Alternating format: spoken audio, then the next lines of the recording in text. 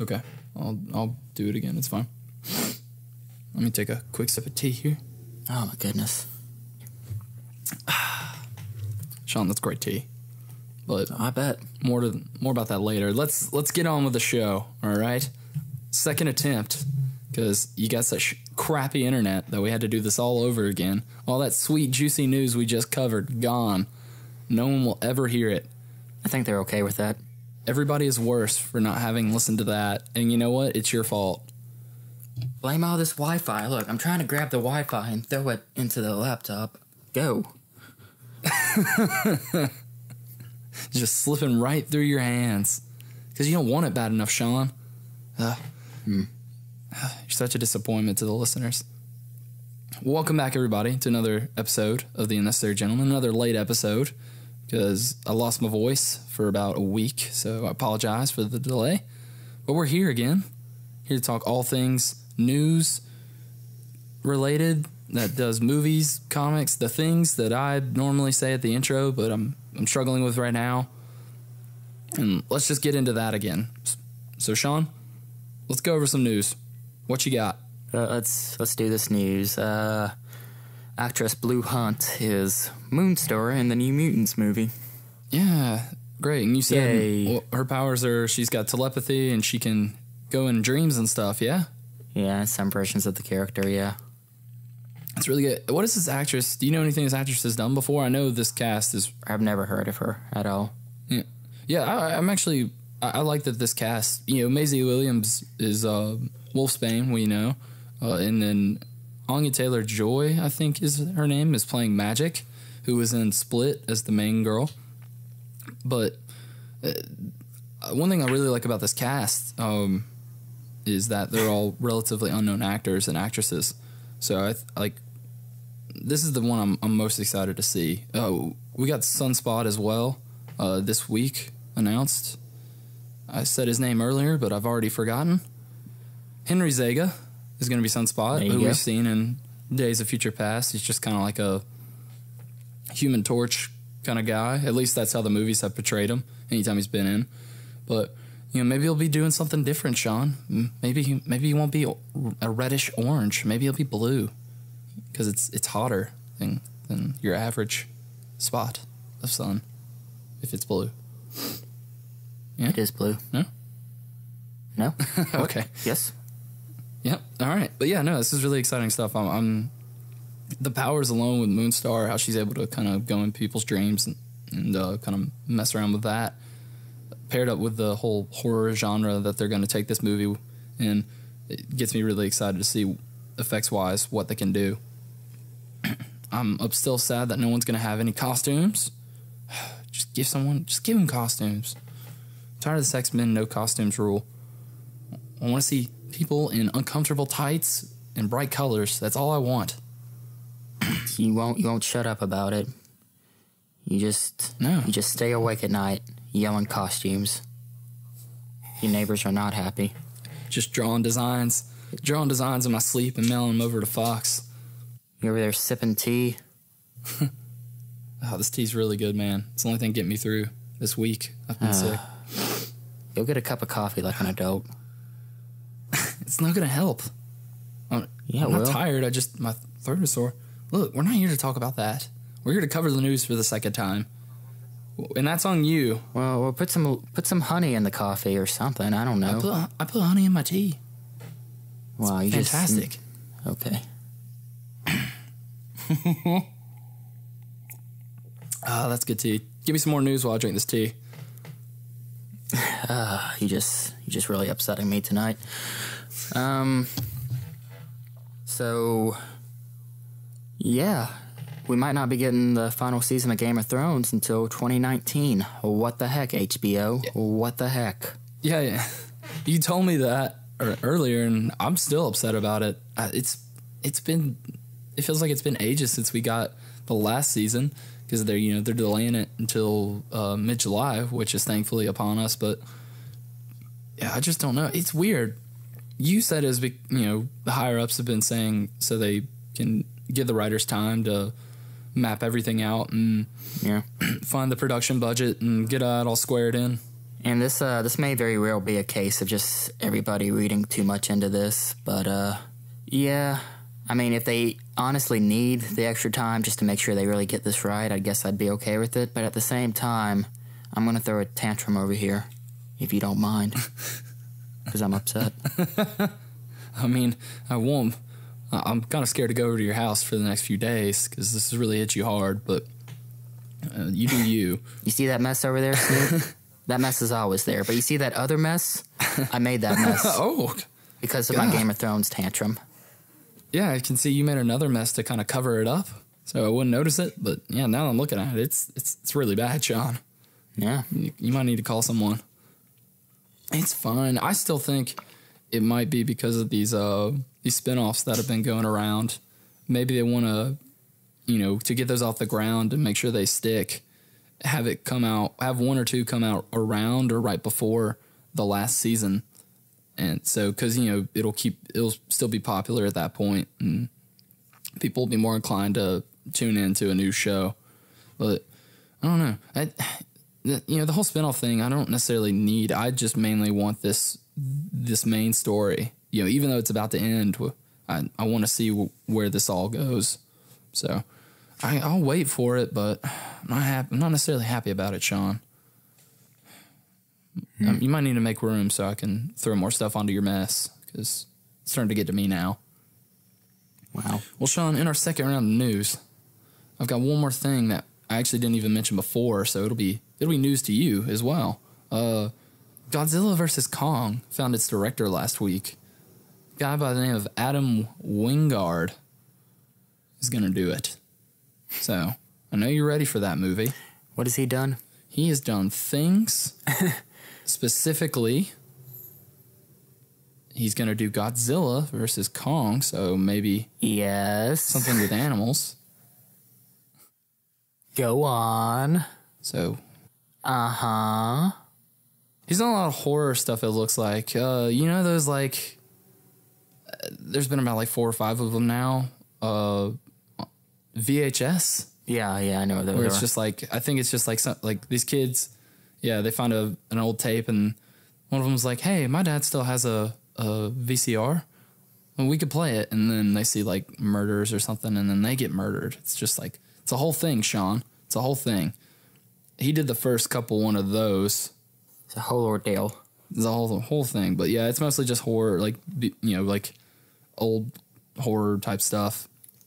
So maybe that's kind of why they got him on board, because, I mean, story-wise, there's not going to be a lot to this movie. The monkey and the giant lizard are going to fight. You don't need, a huge, just emotional story about this. You just need, creatures getting ripped to shreds, and Godzilla needs to roar every now and again. Kong needs to beat his chest. Maybe they help each other out with that. So I wouldn't mind seeing. I'm actually kind of looking forward to this movie. I didn't love the Godzilla film that Gareth Edwards did. Godzilla was crap. It's just not enough Godzilla. It was just an all around crap movie. Yeah, well, the thing is, the last 30 minutes of that movie are fun to watch, at least. When they get into that when he gets in the fight with the what are they called? The NATO or Nudo? I don't know. Mudos. Yeah, the Mudos. That's pretty exciting to watch. And I haven't seen Kong Skull Island, which is kind of like the movie that begins to link those two, but I've heard it's fine. So I don't know. It's coming regardless. I think I can have a fun time with it. I just want to see more stuff and kind of where the tone is. I just want a bunch of monsters fighting, and I'll be happy. Well, Sean, that's all the news for this segment, where we do the news.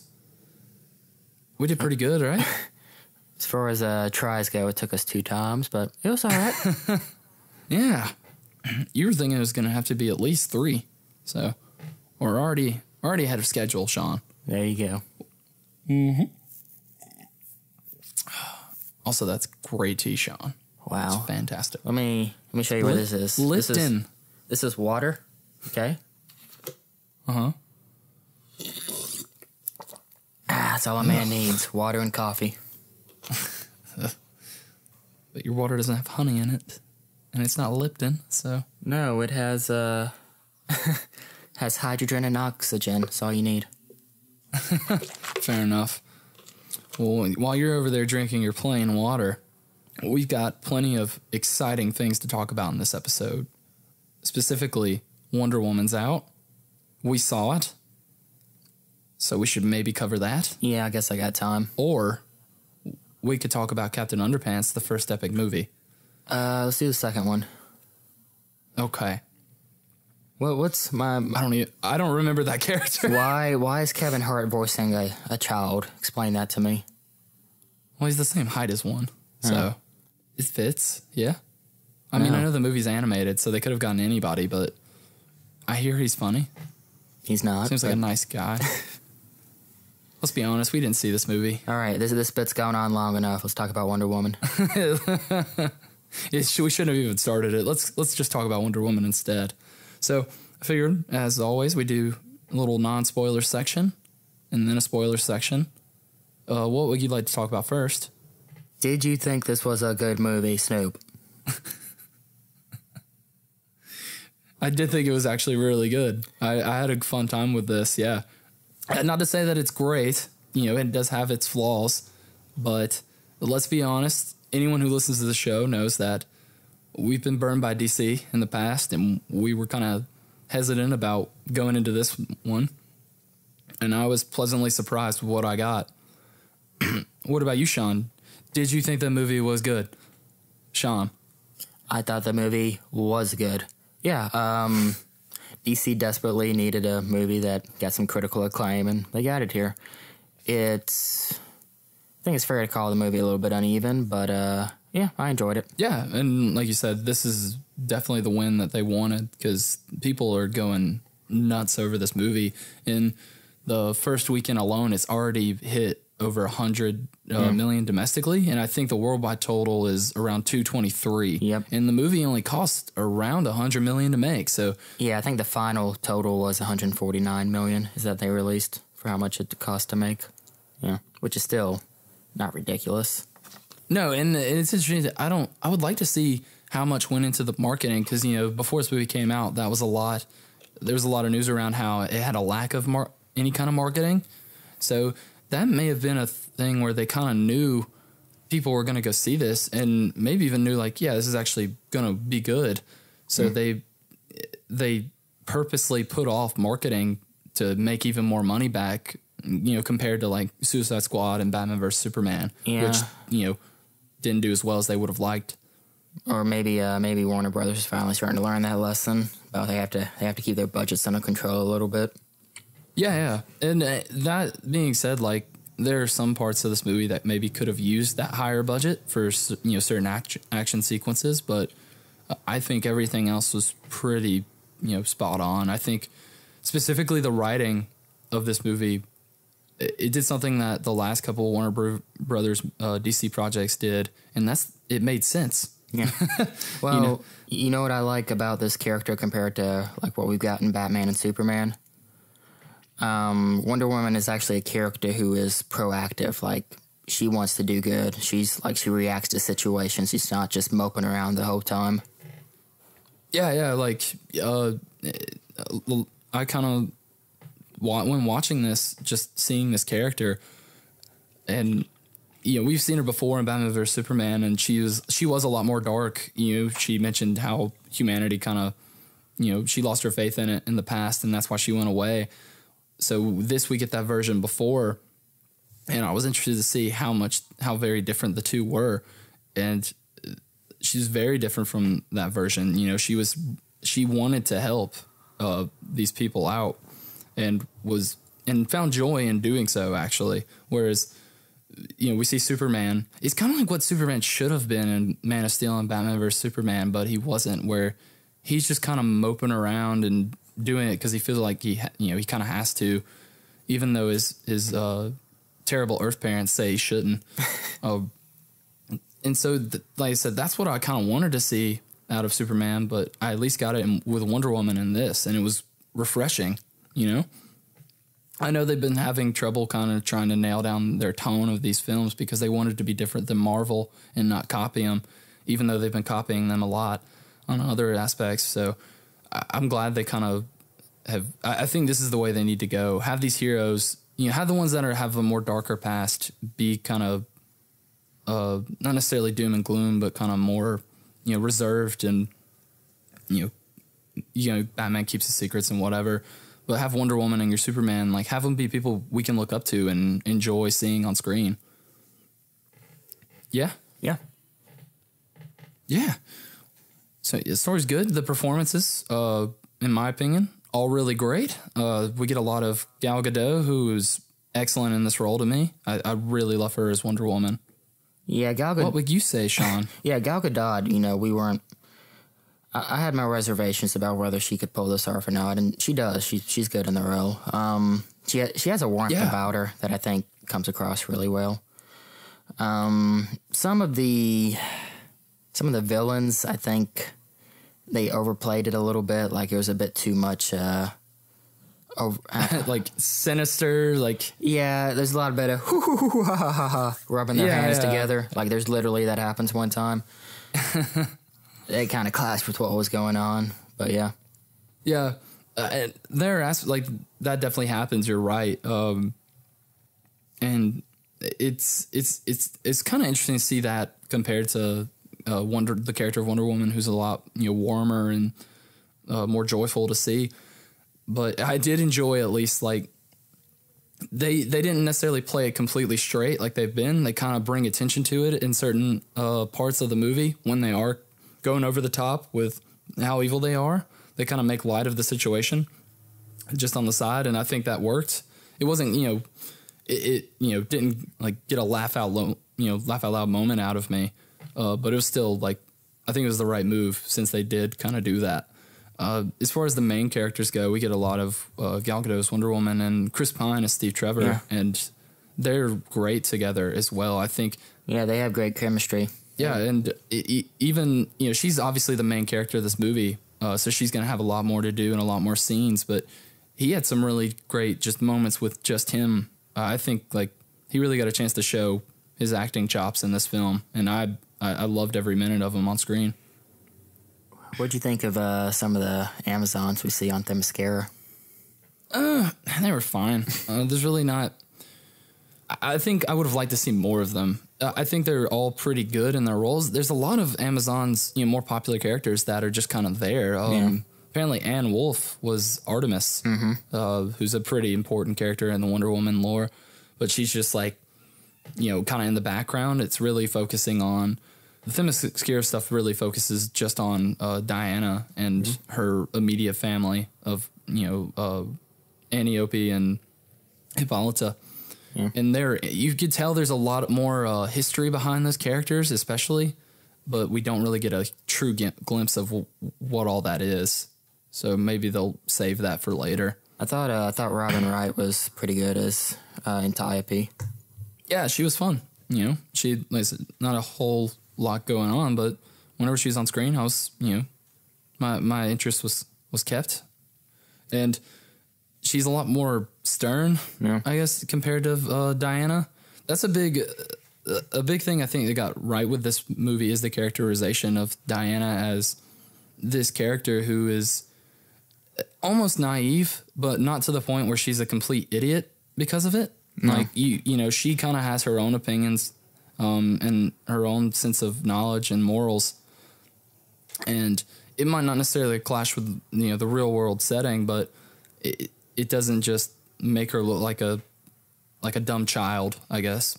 And also, she can turn it on and off just like that. That's one thing I think that really worked well for Gal Gadot's performance is, like you said, she has this warmth about her, and she's gorgeous, but she can be a complete badass in some of these scenes, like just someone I would not want to mess with, which really works.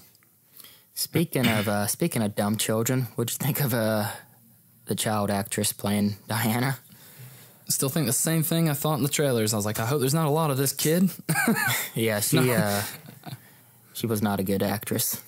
She's a kid actress. They probably just, like, she could probably do the accent, so it's just like, yeah, she can work for what we need her for. It's like, kid actors have improved a lot over the years. Like, we just had Daphne Keane as X-23 and Logan, who was incredible. and then you kind of have this. Yeah. Yeah, it's just kind of like, you could tell that she was just, memorizing lines and looking at an X when she was told to look at something, and she was one of those kids that you don't ever see this in real life, but you see it in movies and TVs where like somebody's explaining something to a child and they keep like turning their head to the side like they're a beagle. Yeah, I'm not gonna bash her because I'm sure this was like her first role, and I couldn't have done it any better. But and it's not really. I don't think it's huge spoilers, but we don't get a lot of her when you kind of compare the whole runtime of the movie, so it's fine. But yeah, not great. This movie's very action heavy. How did that sell for you overall? Because like I said, there's a lot of fight scenes going on. I think most of the action is good. There's one scene halfway through the movie in particular that's I think is going to stand out, even years from now as being just a really memorable scene. There's a lot of hand cranks, slow motion here and there. I don't think it always works, but we kind of knew that was coming from the trailers, so I was kind of prepared for it. Yeah, I was prepared for it as a whole. I didn't necessarily expect it to be as much as it was. But I didn't necessarily think that there was going to be that much action as there was anyway, which was a good surprise. It wasn't, because this movie's, I guess, a little over 2 hours. Yeah. So I was afraid, is there going to be a lot of dragging and then, maybe like one good action sequence, kind of like Batman vs. Superman, where it's just a whole lot of nothing and then the fight and then some more nothing and then another fight. Yeah. But no, there's a lot going on. There's a lot of good set pieces here that are used. You see kind of everyone get a little bit of action. Wonder Woman's obviously going to be at the front of everything, but the Amazons have a really good part in the beginning. And it's, to see them in action is just really great. They have different styles of fighting. They're not just, brutes like Superman or Batman. They kind of they're more fluid in their movements and more graceful. It's a lot of flips. But yeah, the slow-mo was a little too much for me. It didn't ruin anything for me. I would say I'm not a huge fan of the final big fight in the third act, and I don't think that's really a spoiler because obviously there's going to be a big final fight in this kind of movie. But it was just, it was very Batman versus Superman Doomsday fight. There's a lot of I thought it was better than that fight. Well, it was better, but it just is very similar. I think my problem is there's just nothing there's nothing memorable about it. It's just another fight. No, but I think it was, if you're going to compare it to that fight, I think this one, it was staged a little bit better. Because that one at the end of Batman vs. Superman, it was just a big light show of CGI blobs, and you could barely tell what was going on. I think this one it was shot better at the very least. Yeah, I can agree with that. Like I said, there's nothing necessarily memorable about the fight, but I was able to see what was going on. There's a lot of CGI on that fight, and I'm not a huge fan of big acts like that. Blue lights in the sky, doomsday light shows. Just stop doing it. I know why they did it because of the scale, the kind of like the scale it was on, but it just could have been toned down a little bit and probably worked better in the long run. How was we mentioned the story a little bit. Did you like the story overall? You think everything worked well? Yeah, I think this movie was like 2 hours and 20 minutes, give or take a few minutes. I think you could maybe trim about 15 minutes or so from it, and it would have maybe flowed a little bit better. But I mean, as a whole, yeah, there's an actual character arc that Diana goes on, and yeah, it all worked. Yeah, I thought so. Like I said, this is definitely, it might have been just because I went in with lower expectations. I was definitely more excited for this than, say, Justice League, but I didn't have my hopes very high, and I was very pleased with what I got. The pacing it comes and goes. I think the middle of it is very well paced, but I think the beginning is a little longer than maybe it should be. When you get to the third act, it's kind of rushed at the end, just kind of like everything wraps up fairly quickly. But it didn't ruin anything for me. It was just something I noticed. I don't think overall I had a problem with it.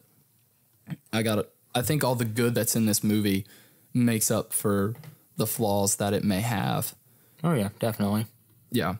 And like I said, I'm pleasantly surprised. I don't know what Justice League's going to be like. I'm still kind of on the fence about it, but this is a step in the right direction. For sure. You got any more non-spoiler stuff you want to bring up while I'm here drinking this tea? Actually, this is honey. It's just a bottle of honey you're drinking over there. Is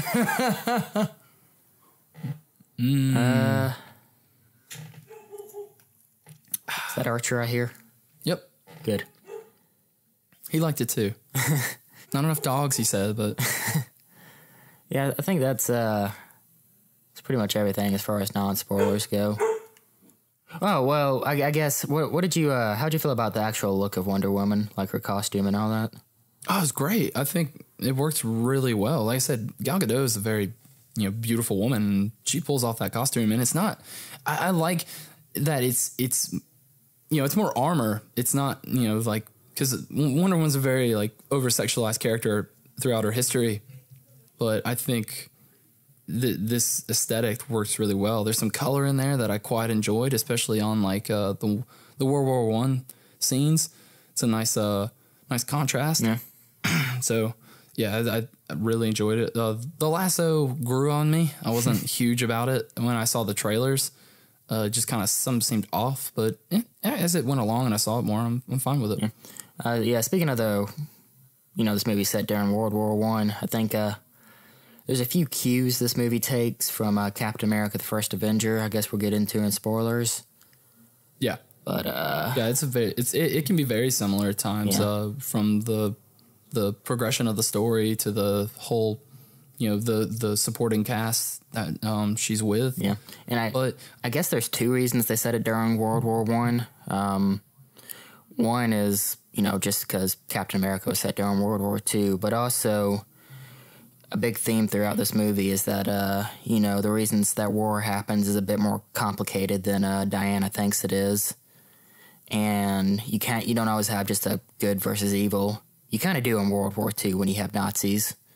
So they may have chosen this war. Kind of tips the scales. Yeah. So they probably chose this war to make it a little bit more, ambiguous. Yeah. And, I think might even just be because of what they mentioned in Batman vs. Superman, how she's been gone for like 100 years. So she obviously couldn't be around during the Second World War. But yeah, like if you haven't seen this movie and you're just listening to this, I don't really know why, but thank you. But yeah, go check it out. And then maybe come back to the later segment we're about to do. But I'd recommend it, and I'm really excited to see more of this character and what they can do with her. It's kind of ridiculous. We've never had a Wonder Woman movie before. Yeah, it's straight up like it's history that's being made this weekend. We've never had one. The character is like such an important part of is not just DC but also comics. So it's weird that this hasn't even been done before. Like, how did we get an Elektra movie and a Catwoman movie before this? I don't know, but even I guess it's for the best, because if this movie had been made, even just 10 years ago, this wouldn't have been what we got. So I'm fine with it. Like, there's definitely already going to be more on the way. I think Patty Jenkins has already been confirmed as the director for the second one. And she wants to do a contemporary version of the character. Yeah. I think, she hasn't done a lot. She's, the biggest thing she's done besides this now is Monster with Charlize Theron back in 2003. I haven't seen that, but I've heard it's pretty good. I've seen it. It's good, yeah. Yeah, so a lot of people weren't sure how she was going to do with this project. She's done TV since then, but nothing huge. So I'm sure Warner Brothers was kind of taking a risk on her, or at least that's how they felt, but I think she did really well. Like, my biggest problems with it were just the action, really, but that's, all kind of perspective and preference, and I wasn't necessarily sick of it. So good stuff, man. Good stuff. Go see it. Check it out. Well, Sean, I guess we can get into some heavy spoilers now that we've just talked about all the other stuff that we just did. All right, so heavy. Just put it on the table right there. There we go. All right, yeah. So let's do some spoilers now. I'll tag it later in the episode, guys. So what do you want to get to straight out of the bat? What's the first thing you want to spoil? Why drink water and yeah. So the twist that Ares is somebody else besides Ludendorff. Yeah, that got me. I'm not gonna lie. I figured there. I knew it wasn't him. Yeah, I figured there was something more to it than that. But yeah, I didn't expect it to be the guy it was, that British guy.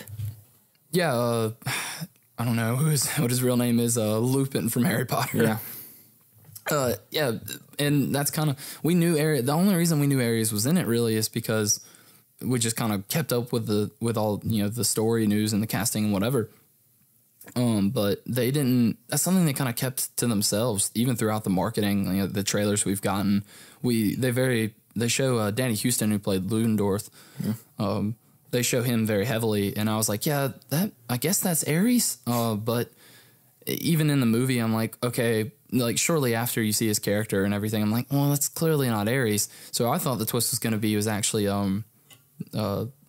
Dr. Poison's character, because she was kind of like the, you know, still around him the whole time.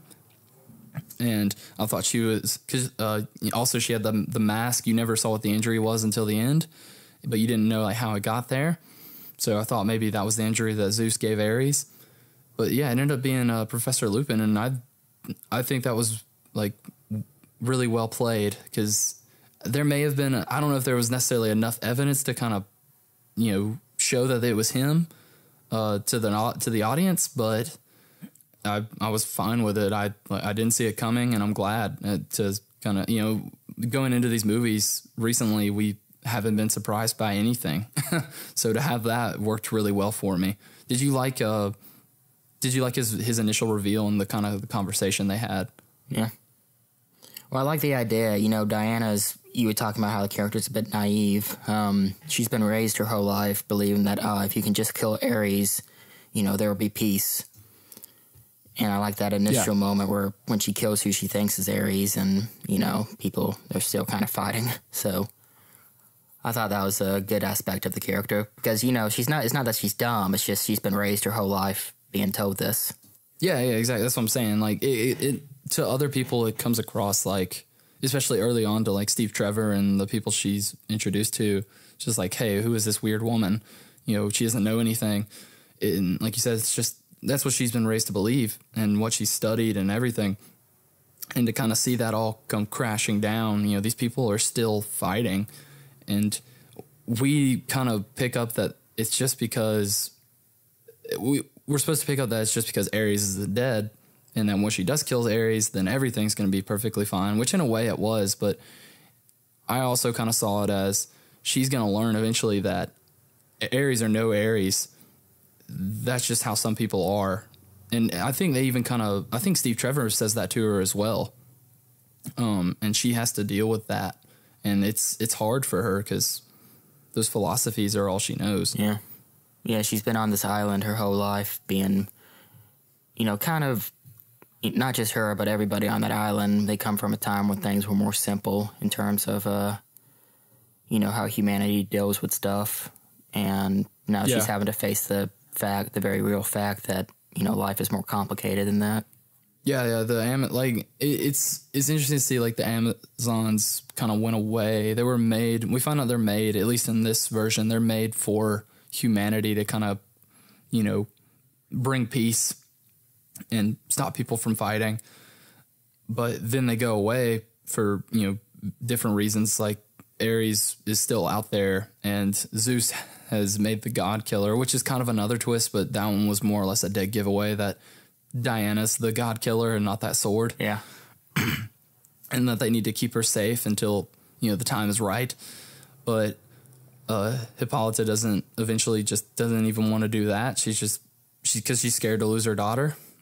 So they hide away from everything. And then when the soldiers show up and they've got guns that I'm sure the Amazons have never seen before, they take a good bit of them down fairly easily. Mm-hmm. And it works for me, it works in a lot of different ways, because it shows like, you know, maybe hiding away on Themyscira wasn't the right move, but also Diana sees this and how dangerous it is, and she's still wanting to go with Steve Trevor back to the man's world and, you know, find Ares.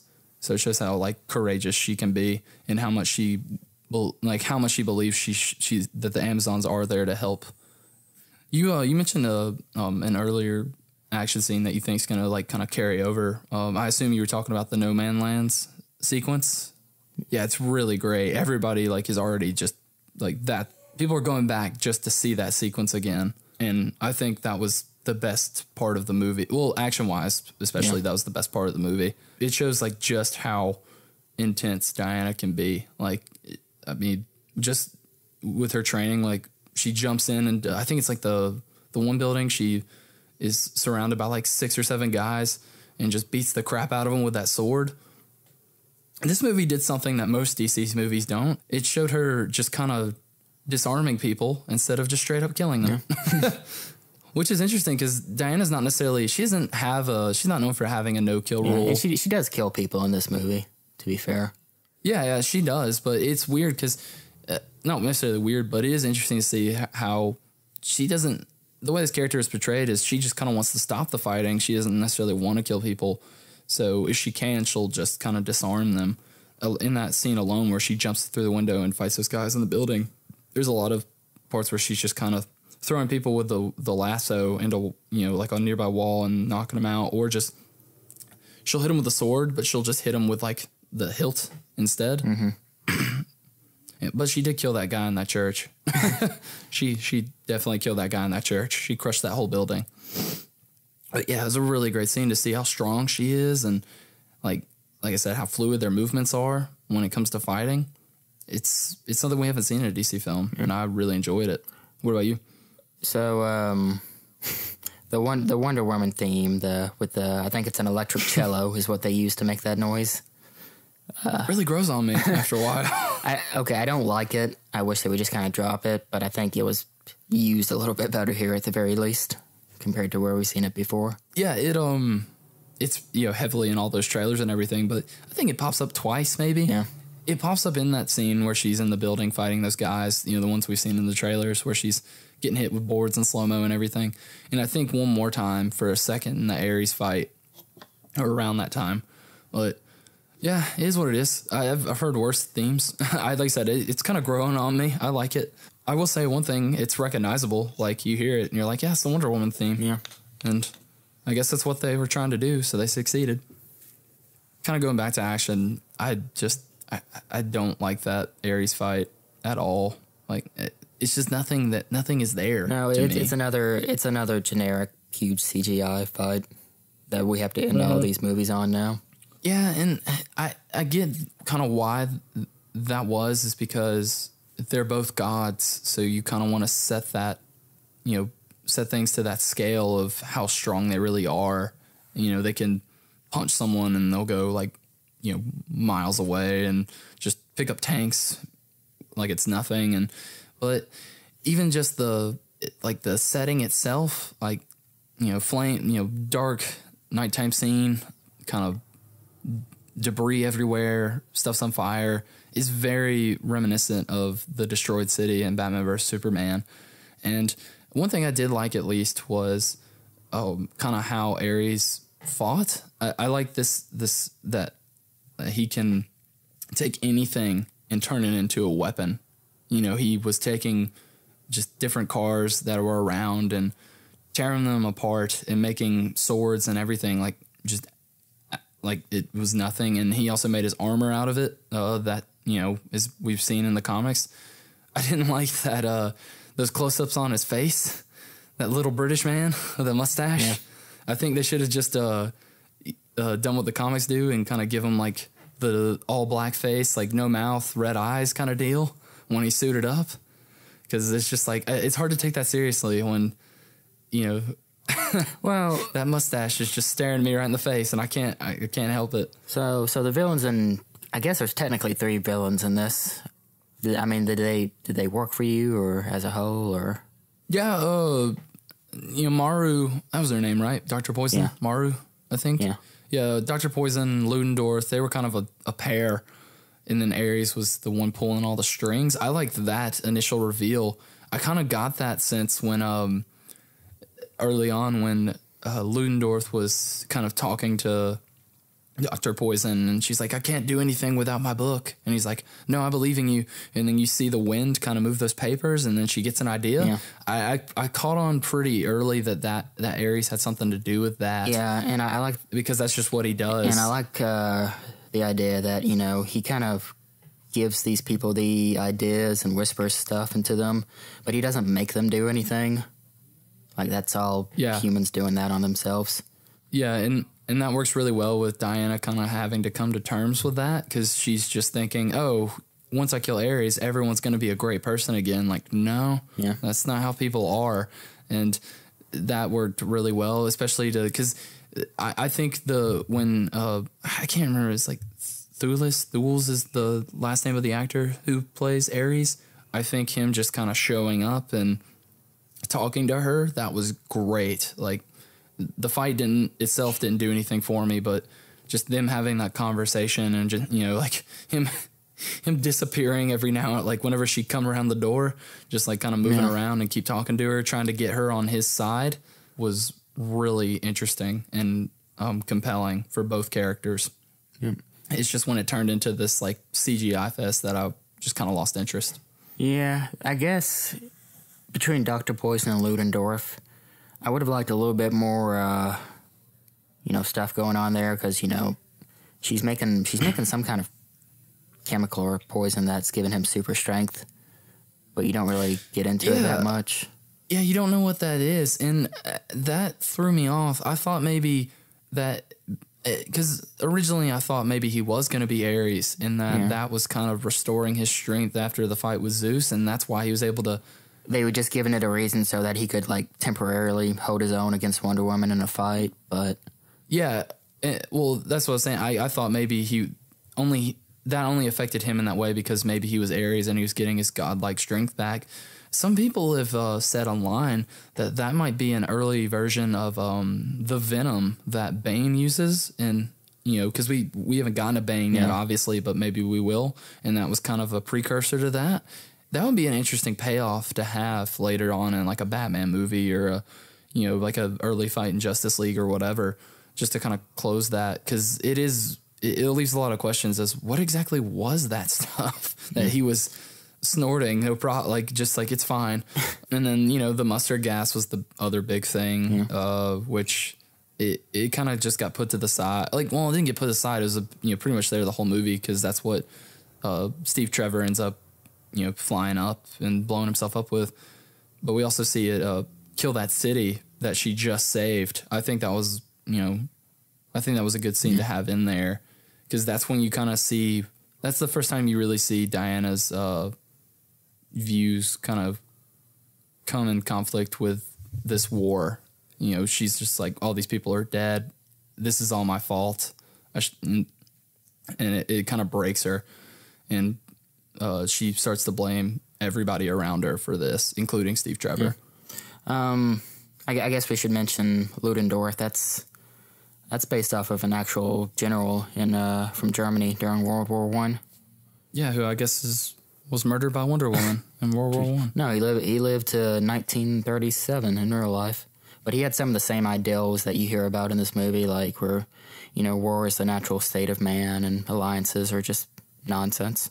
Yeah, and how the armistice was just kind of a joke, and it wasn't going to work no matter what. Yeah, I think overall the character was fine. We've seen Danny Houston kind of play that villainous character in a superhero film before. He's Stryker in that terrible X-Men movie, but he's fine in that. He's fine in that overall. But yeah, I think him and Dr. Poison were. I don't take it. I take it you didn't necessarily like the evil laugh that they kind of had in the bunker for a second. I could have done without it. It's like they have a gas mask. There's only one. They think it'll work. Yeah.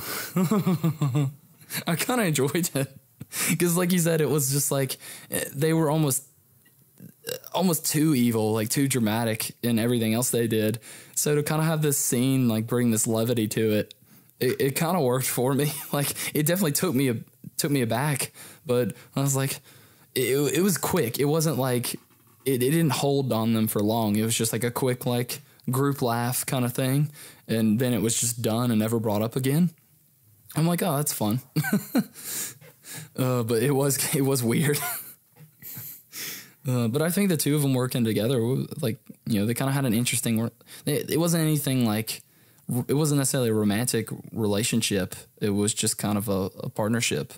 You can tell they're more or less like they're in it. Like, she's loyal to him when they work together, because Steve Trevor, when he's posing as that German officer, kind of offers her another job, and she's just like, "No, I'm good, but thanks for complimenting my mask." You know, You want to probably made her feel good about herself. You want to talk about Wonder Woman's version of the Howling Commandos? Yeah. You're thinking they're a loose adaptation of the Blackhawks. Yeah, I think they're probably inspired by them a little bit. I think, they're all original characters. They're not based on any comic character. They were kind of a mixed bag for me. Yeah, I think half of them were interesting enough. Like, they weren't supposed to steal the show or anything, and it was always more or less just kind of about Steve Trevor and Diana's character arcs, and so they didn't need a whole lot of screen time. I think they had moments that kind of established them as characters with a personality, and, you know, gave them something to do for the reason they were recruited. That it worked better for me than the Howling Commandos in Captain America, where it was supposed to be all these different guys who were good at all these different things, but they all just kind of did the same thing in a montage, and that's just, you know, provide cover fire. Whereas in this, like, one wanted to be an actor, so that's kind of what he does. He helps Steve Trevor sneak into the gala. Chief is the smuggler, so that's what he did. He got him, you know, into the war zone and the war front. And the other guy, I don't know what they wanted to do with him necessarily. He was supposed to be a really good sniper, and but he wasn't. He's suffering from PTSD, obviously, and yeah. I guess that was the idea, just to show what war does to people. Yeah, but he had a couple scenes that set him up kind of to have this, because he's supposed to take out the guy in the tower, you know, and he doesn't. So you're like, oh, okay, well, Wonder Woman's going to give him a pep talk, and then something's going to happen that requires a guy with a sniper to save the day, and he's going to do that. You don't get that kind of moment, and it's not necessarily that it's needed, but it was implied. You have that earlier scene with him where he's talking to Diana about how he doesn't know the people he kills. You know, he shoots them from like half a mile away. He never really even sees their face. And Diana's like, well, that's not honorable. And he says, well, you know, something along the lines of, well, it keeps me safe. But you think it doesn't affect him, but obviously it does. Yeah, because he has the nightmare, and like I said, he can't kill that guy in the tower. And, you know, he hasn't sang in so many years, but he still got it, thankfully. But I mean, overall, though, like I said, they had enough to do to kind of justify them being there. He was the only one that kind of just seemed off to me. I got the whole PTSD thing. I think that was good to throw in there. Kind of like how Chief was still helping them, and Diana kind of asked him, like, you know, where are your people, or what happened to your people, and like his people took him from me. Like, to introduce that it's showing aspects of World War I and kind of what war does that maybe we don't cover as much as we should. Yeah, that I mean, good on them for casting an authentic Native American. He wasn't a good actor. No, he was not. But, you know, like I said, he wasn't there. He wasn't like front and center. None of them were, so it's not like it was a huge thing to have them or not have them. I did like that actor guy, though. Mm-hmm. He was fun. That guy's been in a lot of stuff. Yeah, he seems like a pretty... Like, I feel like I've seen him in stuff, too. He just seems like kind of like that one character actor who gets roles like this every now and again. But, yeah, overall, they were fine. But it wasn't about them, Sean. It was about that hot romance between Gal Gadot and Dr. Poison. Think there was a good payoff with that? Writing some fan fiction there. Yeah. But no, let's talk about Steve Trevor. Really great, in my opinion. It's really sad to see him go. He was and always will be above average to me. Yep, and in another scene taken from Captain America, the first Avenger. Steve dies in a plane. Yeah, but see, that's the... he didn't learn. You're supposed to go down with the plane, and then you'll be fine. You'll just be frozen for 70 years. He went up. That's the mistake. It is funny that... that was a... It is funny that both of their names are Steve. And they die. They supposedly die in a plane crash. Yeah. No, he's really great. Like I said, Chris Pine got to show his acting chops with this role, and he's fun. Like, we kind of see him... He kind of channels... his Kirk character from Star Trek a little bit, just kind of like this womanizer type character, likes to make a good quip or two, but he was also able to show kind of, he didn't necessarily want to be in this war in the first place. He just kind of felt like he had to, and he's struggling the whole time, especially when he comes into contact with Diana, of whether or not he's a good guy or if he's just as bad as everybody else, and how he can do what he can do to kind of redeem the mistakes he's made. Which is why he, takes one for the team and blows up that plane. He holds on his face for a very long time before he blows up that plane. I'm just like, is he gonna do it? But yeah, did you enjoy him over? Like, are you sad to see him go? Well, that's kind of what Steve Trevor does, is he dies eventually in most comics. Is he though? Because that's one thing I'm wondering about, is because Chris Pine's a fairly big name actor, so you think they'd be fine with just getting him in there for just this one-off role? A lot of people are saying maybe that he'll have a great grandson that's has the same name, and I always hate that stuff when they do that. Yeah, I don't want him to do it. No, I think this is it. He's a big actor, but he had a prominent role in the movie, so I think this is it for him. Yeah, he had a lot to do. I like that he was kind of supposed to be. He was supposed to be like, we were supposed to kind of be his, see it through his eyes, as far as like this strange woman who's super strong and, says that she can end the war if she kills a mythical god. He's kind of just the one that we're supposed to latch onto and view the rest of the movie from, these characters. And he's not really like a lot of times with movies like this, is, to me anyway, they'll kind of have, one is the hero and the other one's kind of a damsel in distress. And if it's not if the girl's obviously the hero, then it's supposed to be the guy instead. But no, they each kind of have their own thing to do, and they hold their own. He gets that one good punch in the alleyway. Good old Indiana Jones style punch. Shakes his hand a little bit. What scene I really love, because I think their best scenes were the ones that they had together, on the boat, in the weird hot tub thing. Yeah. But I think the best scene they had together was before Ares shows up, where he's kind of asking her to help. He says, he's like, maybe we're all bad, and maybe you're right, we don't deserve you or your help. He's like, but there's still stuff to do, and you're kind of the best of us, so help us out anyway. And even though she doesn't want to do it, because she's just heartbroken about everything, how people won't stop fighting, he still goes off, even though he knows this is probably going to kill him, because he thinks this is the least he can do after all the bad he's done.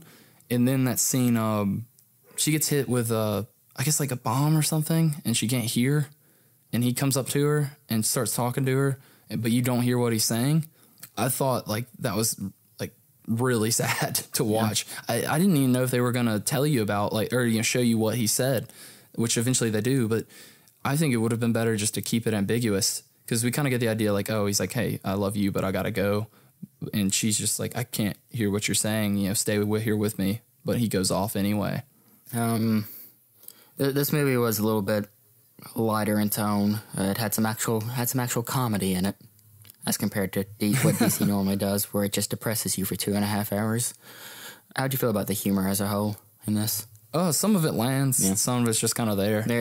I think there's a few moments in particular that just really fall flat. There was one scene where Wonder Woman, in the very beginning, she sees the Wonder Woman costume, and you think you're about to see her with it, and she shows up in front of Steve, and she's like, how do I look? And the camera pans up to show that, she has like a cloak on over the costume. The joke is you thought you were going to see the Wonder Woman costume. kind of everybody in the audience just sat there when that happened. Yeah, it's just whatever. A lot of the jokes didn't necessarily land for me, and that's kind of all they were there for. Is any scene with Etta Candy? I didn't. There's nothing I remember that she, because that's kind of all she did was make jokes. Mm-hmm. I think the actress did fine in the role. I just think that she was just kind of there, and then she wasn't, and then she's back at the end of the film for a second, and that's it. But she was just kind of, the sword doesn't match your outfit, Wonder Woman. Yeah. Let me hold it. Like, I can do that. Like, it's just like, it's whatever. I think some stuff that it made me laugh, but, it wasn't necessarily a joke, were just kind of the sweeter scenes of Diana interacting with people. It was fun to see. Like, they took that scene from, I think it's from the New 52, and also in one of the Justice League movies that we had recently, where she takes... Yeah, Justice League War. Yeah, she takes the ice cream, and she's just like, oh, you should be very proud of this accomplishment. And there's another scene, like, shortly after, where she's like, oh, baby. Like, he's like, she wants to hold it, and he's just like, no, we got to go, kind of thing. Like, that was fun. And it was like I said, sweet to see this innocent side of a character. Like, that's the kind of stuff that I would like to see Superman do, because that's kind of what I expect his character to want to do, is just to, hang out with people and, see how their day's going. And especially in this, like, setting of war and, urgency, that she wants to just take time to eat ice cream and hold a baby or whatever, it's fun. Yeah. You and that tea. It's good tea, man. You should really give it a shot. No. Why? No. Why do you gotta be so bitter about everything? Why can't you be sweet like this tea? Because I'm an adult. No. Water and coffee. No. Oh, my goodness. No. Oh. You got anything else you want to talk about the movie? We covered the action. We covered the story. We covered those characters. I mean... Do you think this is... There's no end credits scene. No, there's not. Do you think this is the best DCEU movie? It's definitely better than the last two we got. Do you think it's better than Man of Steel? Out of the 4 we've gotten and the 2 that are crap, is it the best one? Yeah, I'd say so. Like I said, the characterization's pretty much spot on and still kind of fits into this universe that they've already established. I think the setting, it has definitely helped with that. I don't think they could have done some of this stuff and kind of kept this tone if they had gone straight after Batman vs. Superman. And one thing that is kind of still not necessarily bugging me, but has me interested, is this movie deals with her kind of coming to terms with what humanity can really be like, and that Ares or no Ares, that these wars still might happen. Now, this was set during World War I, and, kind of at the end of it. I don't know if she stuck around after this or went back to Themyscira, but I think World War II still happened. So is that kind of what in Batman vs. Superman, she lost all faith into humanity. Whereas at the end of this, Steve died, because he loved her and he wanted to help the world and everything. And that kind of renews her faith.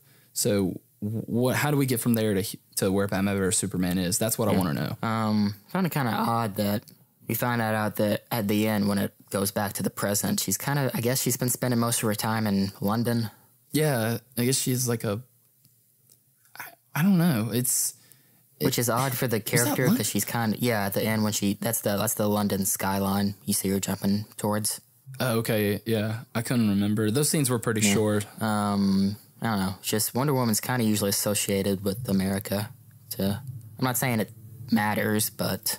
Yeah, it's just a small deviation. And I'm sure that now she's kind of back in the game after the Doomsday stuff. Around Justice League, she'll be back in America. She's obviously going to be back in America or wherever it takes place. But yeah, that's what I'm saying. There's a big gap between this movie and the present day DC stuff. So kind of what changed her outlook on life, and is that something they're even going to get into, or is that just kind of we just kind of have to deal with it because of what the writers of Batman vs. Superman, kind of did and what this movie did? I don't know. We'll see. I don't think the second Wonder Woman's going to be another prequel type film. I think it's going to be set after whatever films come, right before it, like Justice League and stuff. Well, no, that's what Patty Jenkins said is the sequel. She wants it to be modern day. Okay, cool. Yeah. Yeah, I don't know. I think, like I said, I don't necessarily know what's going to go from here and kind of if some of that stuff's going to be covered or not, but I am very interested to see where it goes because I enjoyed this film. I enjoyed this character a lot. I enjoy Gal Gadot and Wonder Woman. I'm excited to see her again in Justice League. I'm sure she'll be, kind of written differently, but I think that's more or less what's going to happen anyways, because a lot of people love this film, and Warner Brothers is a very reactionary studio, so I would not be surprised if we get a lot more Wonder Woman stuff in the next couple announcements. Yeah. Get those Amazon spinoff movies we've been wanting. That Hippolyta trilogy we've always been asking for. Oh, that's a question I had because I wasn't necessarily sure. I wanted to kind of hear your opinion on it. When she's about to leave, Hippolyta doesn't necessarily want to let her go, but she's like, I can't stop you anyway. She says something along the lines like, if you leave, you may never return. Mm-hmm.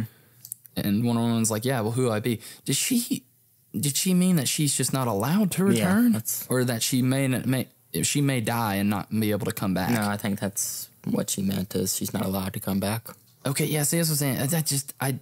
Because there was never really an instance brought up of any other Amazon who left and wasn't allowed to come back. So I just didn't. Yeah, Themyscira, they try to. I think the idea is they want to keep it closed off from the rest of the world. So somebody who leaves, they don't want them to bring back the influence of man or whatever.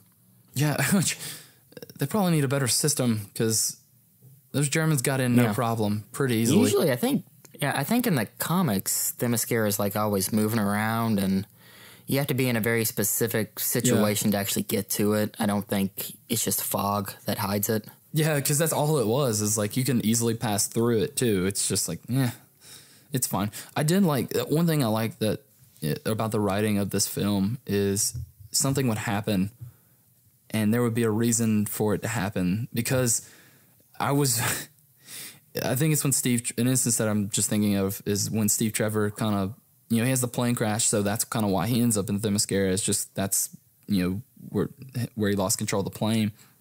Well, then the Germans are like right there after. I'm like, why are they right behind him? And it's because he stole the book and they chased after him. So it's just stuff like that like, I know it doesn't sound like anything, but it's something we normally don't get in these these last two DC movies. Is just stuff happens and we're just supposed to kind of buy into it.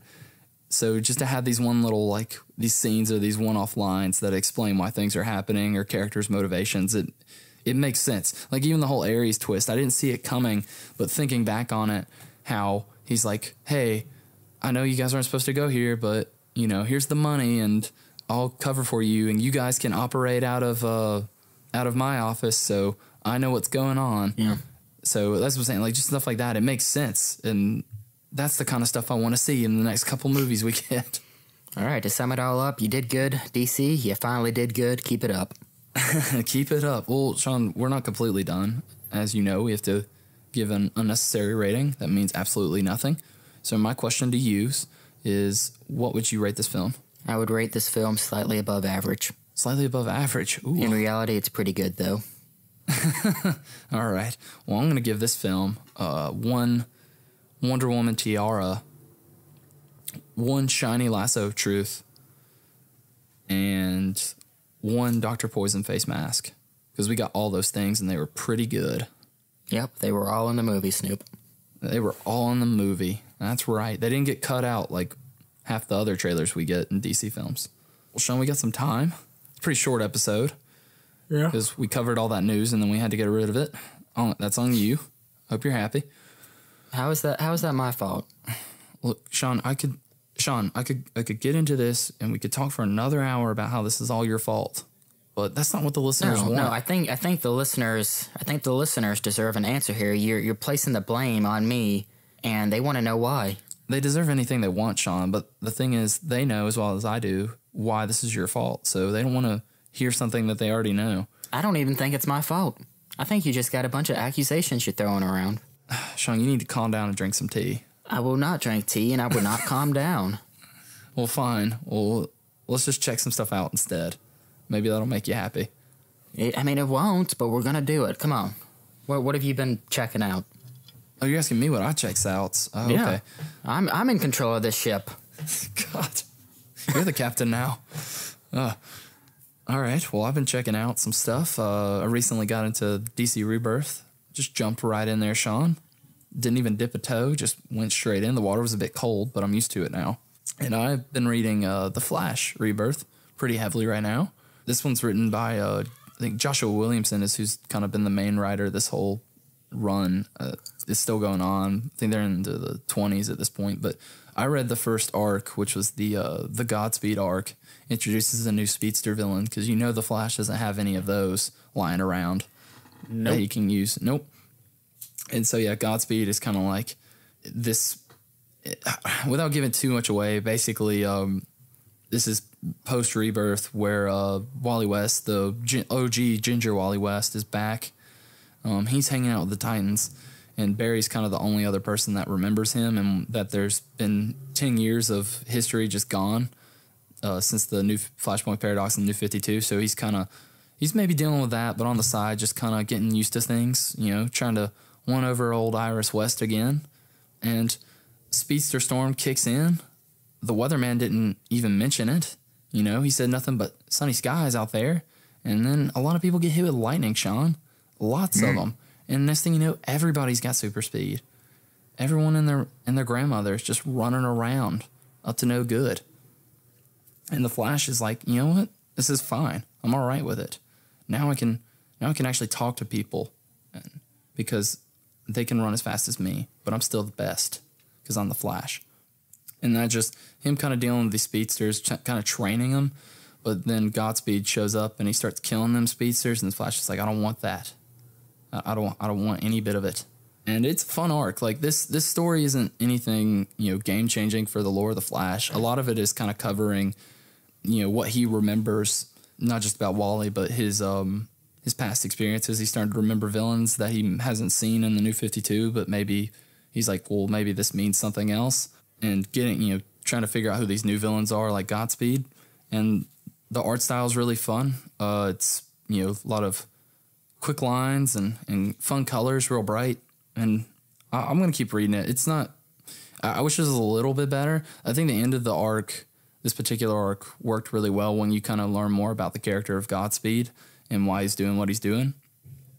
But I am interested to get to the Batman crossover stuff later on that I've heard about with the Button and the Watchmen. So yeah. Okay. Maybe get into it, Sean. I just might. Just might? Well, until then, what are you checking out? So Netflix decided to make my life hard, and they dropped 2 shows on the same day that I had to binge in 1 week. So I guess I'll start with the first one. I watched season 5 of House of Cards. Oh yeah. Hey Netflix. Hey Netflix. Let's wrap this show up. Come on, let's do it. I take it you didn't like the season then? I like the first half a lot. Frank Underwood is having to deal with an election. It's still 2016 in this show. And he knows he's going to lose, so he basically, metaphorically, and a little bit literally, has to blow up the polls. Just blow up the whole electorate in order to win this. And how he does it is really creative, and it's a lot of fun to watch, actually. But then you get into the last half of the season, and it just drags and drags. This was 13 episodes? Yeah, the character does something that, at the end, which I think betrays who he is. A lot of characters get introduced that are not really all that interesting. And I think the show was probably originally meant to be 4 seasons long, and I think, it just got a lot of critical acclaim. And, in its own defense, it kind of kickstarted the whole Netflix original series thing, because it proved, hey, this is a viable thing we can do. We can make our own shows. Yeah, they were like, you can watch this, and you can watch Lilyhammer. So, and no one watched Lilyhammer. and Kevin Spacey, he's still a lot of fun to watch as the character, but yeah, it's time to wrap this up. Let's watch the downfall of Frank Underwood already. That's what the show is, the whole point of it in the long term. Yeah, these aren't these characters heavily kind of influenced by the Clintons in the 90s? Their relationship, kind of how they operate, is more or less, even the creators have said, yeah, they're loosely inspired by the Clintons. I think Frank himself, I think there's a lot of influence from Lyndon Baines Johnson. You can see kind of the Southern Democrat he kind of talks directly to the voters, and then behind closed doors, he just does what he has to do to get ahead. Yeah. Yeah. Yeah, but like I think I haven't watched any of the show. It's on my list. I want to get around to it. But I think what has carried the show as much as it has is the performance by Kevin Spacey. Yeah. And also Robin Wright. Robin Wright is Claire. Yeah, she's great. And she's been getting a lot of more prominence in the show as it's gone on, which is fine because she is an interesting character. But they keep doing this thing where the two characters, I think it's most interesting where like they work as a team together. Yeah. They keep going back to this thing where like they're both fighting each other for power, though. Yeah, kind of working behind each other's backs. Yeah. Well, yeah, I mean, I don't necessarily... I don't know if it would end soon or not. You know, we talked about Netflix canceling a lot of stuff and making room for more new projects, so maybe they do kind of want to push this one out since it is 5 seasons in, but a lot of people get amped up for the show every year, so that could keep it going for... Whoever made the trailer for season 5, did you see the trailer? I got the letter from Frank Underwood, and I was really excited. Yeah. No, whoever made that trailer for season 5, they deserve a lot of praise because they made it look a lot more interesting than it was. Fair enough. People are getting really good with trailers. It kind of scares me. Because they either give away everything or they make you think that Suicide Squad's a good movie. So, it's dangerous times we live in, Sean. You got anything else? I did check out. Did have some time to check out one more thing. I checked out a movie Netflix did recently and released called Blame, but it's got an exclamation point on the end. So it's like blame, like, yell it and everything. But no, it was it's an anime film. From what I could tell, I think that's what they were going for. And basically, it's about this society that at one time they developed technology to the point where they could control it with a chip in their head. So they have robots that they tell with their mind to build something, and they build it. And the problem is there was a worldwide contagion that went out and cut off that chip, so the robots wouldn't listen to him anymore. And the robots just kind of started expanding the city that they were building and wouldn't stop, and eventually saw humans as inferior and as a virus itself and started killing them all off. So this is like, I guess, hundreds of years after that happened, and kind of the remnants of what's left of society hiding from these robots and just kind of living within the confines of this city that just is constantly being built. And the aesthetic is really interesting. It's real dirty sci-fi. Like, it's these robots have interesting character designs. They're designed to look like people, but just like, I don't know. You know what they kind of look like? Have you seen Spirited Away? Yeah. You know the weird little black masked or white mask things? I don't remember what they're called. But they had the black bodies and the weird white masks with the smile and everything. They look like that, but they kind of have an iRobot design for their bodies, and they're scary. Like the humans, when they go out, and that this focuses on, wear these mech suits that lets them run faster and they're stronger. And even with these things and the weapons they have, they do not want to be found by these robots because they're just so fast and strong. Like the first thing you see one of these robots show up, it literally decapitates a person in a second. And the world's, like I said, the world's there, the themes are there. The story is just kind of bogged down. I don't necessarily know anything about these characters, and I'm not given anything with them throughout the whole movie. I know that maybe, like you got a character who, she does this to kind of get food for her sister who's sick. And it's like, okay, well, you never actually even see that sister at all. You just hear about her the whole time. And then the two main characters is I think Zuru, who's just a regular person in the village, and then a guy named Kiri who just shows up, and he says he's human and he's looking for someone with that old with a working chip to kind of take over the robots again.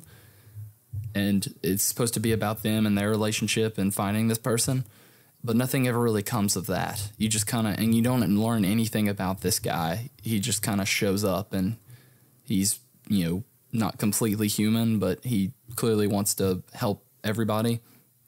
So I think it's just kind of a, you know, like I said, all the ideas are there and it's really interesting. It just kind of falls flat. And the one thing that really bugged me about it is it's that weird animation style where it's all like 3D computer generated, like blocky type stuff. It's clunky.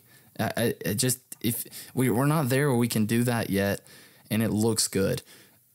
So why not just do 2D animation instead? Because it works way better for these kind of films and these kind of shows. The anime does. But, you know, maybe check it out if you want to, guys, and, you know, tell me if you like it. Blame with an exclamation point. So I also watched season 2 of F is for Family on Netflix. Oh, you finished it already? Yeah, I finished it in 2 days. It was really good. I really liked season 1, but this was great. Yeah. I really got attached to all these characters, and I've started to care about them. It's nobody in this family wins anything. Everything just no, they're not well off. And some of them are like, yeah, you deserve what you get, but I feel bad for those kids. Yeah, I think the animation's also improved since the first season because animation wasn't great. A lot of the characters were stiff, and some of the models, the character models, weren't really great. I think it's improved this time. Yeah, well, the first season was just kind of an experiment, so they were probably given very little resources to work with, and then when it came out, people kind of jumped on board with it. Me and you both liked it, so they probably got more money this time around, which is good. Yeah, and season 1 had some graphic stuff in terms of nudity and everything, but they kind of amp it up here, which was one problem I had with the trailer. The trailer was nothing but F-bombs and nudity. There's actually a lot of clever stuff within the show. So, but yeah, it's really funny. The characters are really all engaging. You care about everybody. I definitely recommend watching this. Just not with your children around. No. Do not watch the show with young kids. No, it's not a family show. No, it is not. Even though it's got family in the name. There's an F in there. But yeah, I think Bill Burr has got a very interesting sense of humor. He's very just he says what he wants, and he doesn't care what anyone else thinks, and that can go either way. Sometimes people can kind of take that too far. Oh, they do it with him all the time. Every time he has a stand-up special, you have to have a little mini ride on the internet. Yeah, that's what I'm saying. But he's still allowed to kind of do this stuff, which I think is, obviously this isn't going to be for everybody, but that's a good thing. The show's not supposed to be for everyone. Not everyone's supposed to be on board with this show, and it's not like the show is made to specifically offend anyone at all. It's just he has these viewpoints and he wants to get them across to people who might also have this way of thinking. And he does it with comedy, very black comedy. Yeah. And I enjoy it. I can see why other people wouldn't necessarily like it. But yeah, it's not like we have to make a huge deal about it. I'm surprised that this show doesn't kind of get that backlash when it's, announced and it's coming back. Well, the main character in the show, who is also named Frank, ironically, I guess. He has this viewpoint. He was he's brought up in the 50s, and it's the 70s now in the show. And it doesn't glorify the way he thinks, but it explains why he's the way he is. It's kind of like going back to All in the Family, that sitcom from the 70s. Archie Bunker, he was this very racist, bigoted character, but it never glorified any of the, the thoughts he had. It just kind of explained where people like this exist, and let's poke fun at them. Yeah, it was something that's, very much relatable, especially to people who lived in that time, because that's just how, he was kind of raised on this whole ideal of like, you know, get a wife, get a job, get a kid, live in the suburbs, American dream. It's great. And then, you know, flash forward to how his life is now. It's certainly not like that. And he doesn't know how to deal with it. And he very much doesn't like his situation. But it's kind of funny to see like how shitty he is to some of his kids and everything. But at the same time, it's a very dark show. It's very kind of sad. Yeah, like the oldest kid, Kevin, like he's a complete dick to that kid. And like, he's not a good kid, but at the same time, he's had this awful home raising. Yeah, exactly. You can see reasons behind why these characters are the way they are. And while you might not necessarily, I guess, relate to it or even get it, it's there. It makes sense. And, it's better to kind of have these shows that acknowledge it than just not ever bring attention to how things were. Yeah. So I'm glad it's there. I'm on board to watch it again. I really enjoyed the first season. How many episodes are in the season? 10. 10? Okay. Yeah. And they're like 20 minutes, yeah? Yeah, about 25. Yeah. Yeah, so F is for Family Season 2. Get into it, guys. You've been checking out? Yes, sir.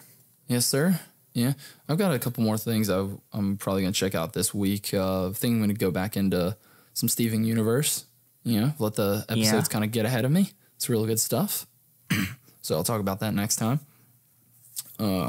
Sean, you check some stuff out too. And we'll try to get this episode out on time. Hopefully I don't lose my voice again.